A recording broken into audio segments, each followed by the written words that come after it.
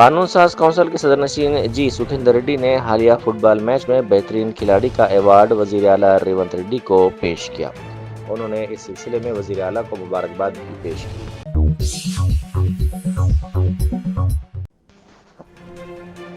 Gas کی قلت سے پریشان آٹو ڈرائیور نے راجندر نگر میں زبردست احتجاج کیا۔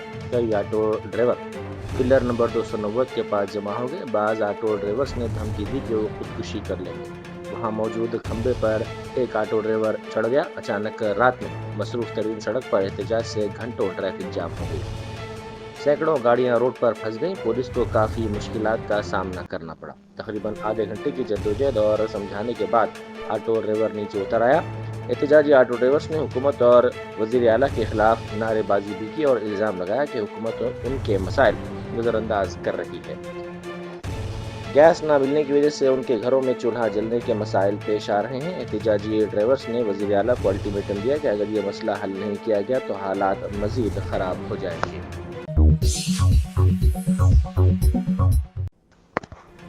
بی آر ایس کے ارکان قانون ساز کونسل نے احتجاج کرتے ہوئے ایوان کے وسط میں پہنچ کر نعرے بازی کی۔ اس دوران صدر نشین قانون ساز کونسل جی سکھیندر ریڈی نے ارکان کو نظم و ضبط برقرار رکھنے کی ہدایت دی اور ایوان کی کارروائی خوش اسلوبی سے چلانے کا مشورہ دیا۔ وشاکھاپٹنم ضلع کے گجوکا حدود میں ایک دل دہلا دینے والا قتل کا واقعہ پیش آیا۔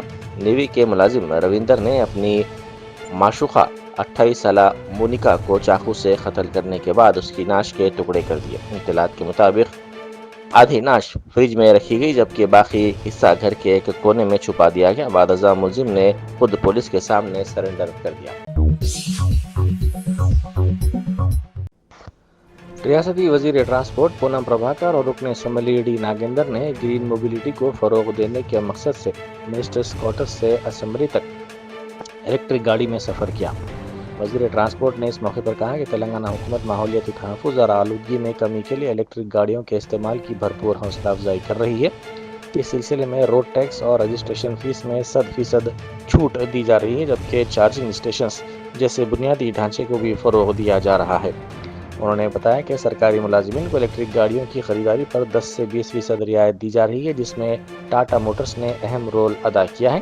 اس کے علاوہ اولا، مہندرا الیکٹرک، گریویشن موٹرز اور ایتھر انرجی کی خدمات کو بھی سراہا گیا۔ وزیر موصوف نے مزید کمپنیوں سے اس مہم میں شامل ہونے کی اپیل کی۔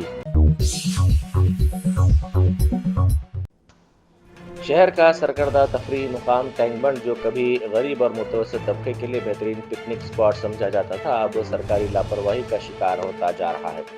اتوار کے روز سینکڑوں خاندانوں اور بچوں کی چہل پہل کے باوجود رات کے وقت روشنی کے ناقص انتظامات کے باعث علاقے میں تاریکی دیکھی گئی۔ تقریباً 280 اسٹریٹ لائٹس میں سے 20 سے زائد خراب بتائی جا رہی ہیں۔ تقریباً 50 کروڑ روپے کی لاگت سے خوبصورتی کے کام انجام دیے جانے کے باوجود مطلوبہ نتائج حاصل نہیں ہو سکے۔ شہریوں نے بلدیہ اور متعلقہ اداروں کی کارکردگی پر سوالات اٹھائے۔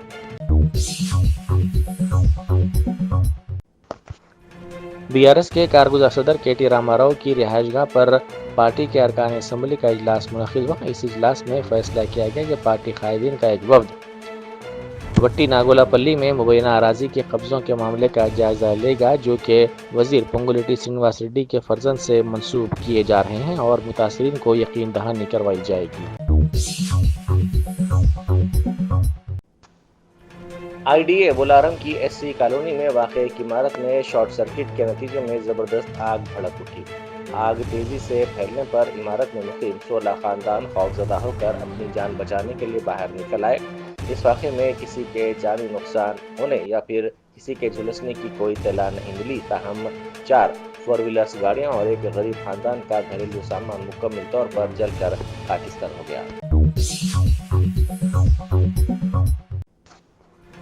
بی آر ایس کے ارکان قانون ساز کونسل نے گن پارک پر احتجاجی مظاہرہ کیا۔ مظاہرین نے ریاستی وزیر پونگولیٹی سرینواس ریڈی کو ریاستی کابینہ سے برطرف کرنے کا مطالبہ کیا۔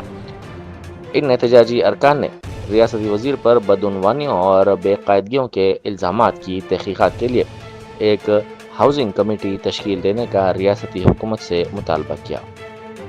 اس موقع پر بی آر ایس ارکان نے حکومت کے خلاف شدید نعرے بازی بھی کی۔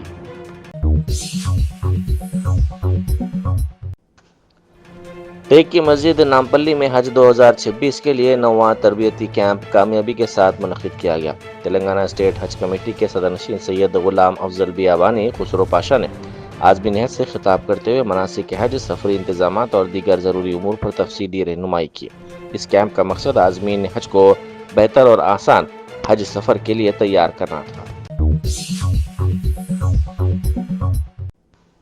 وقار آباد ضلع کے تانڈور شہر میں ویلمو جنکشن کے قریب کھڑی ایک لاری میں اچانک آگ لگ گئی۔ اطلاع ملتے ہی فائر بریگیڈ عملہ وہاں پہنچا اور آگ پر قابو پایا، تاہم پولیس اس بات کی تحقیقات کر رہی ہے کہ یہ حادثہ تھا یا پھر کسی نے جان بوجھ کر آگ لگائی۔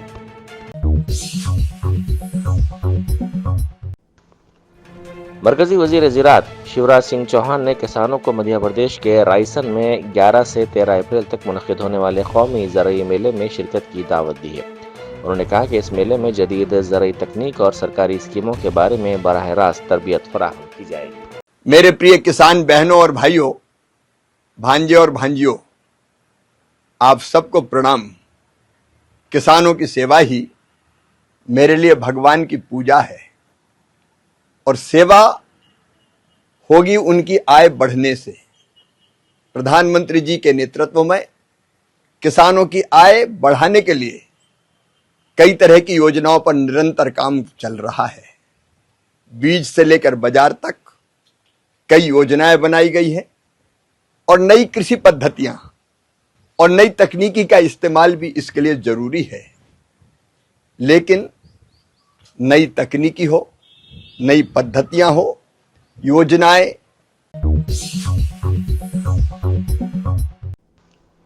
صدر امریکہ ڈونلڈ ٹرمپ نے دعویٰ کیا ہے کہ ایران نے احترام کے اظہار کے طور پر آبنائے ہرمز کے ذریعے تیل سے بھرے 20 بڑے جہاز روانہ کیے ہیں۔ ان کے مطابق یہ عمل آئندہ چند دنوں میں شروع ہوگا۔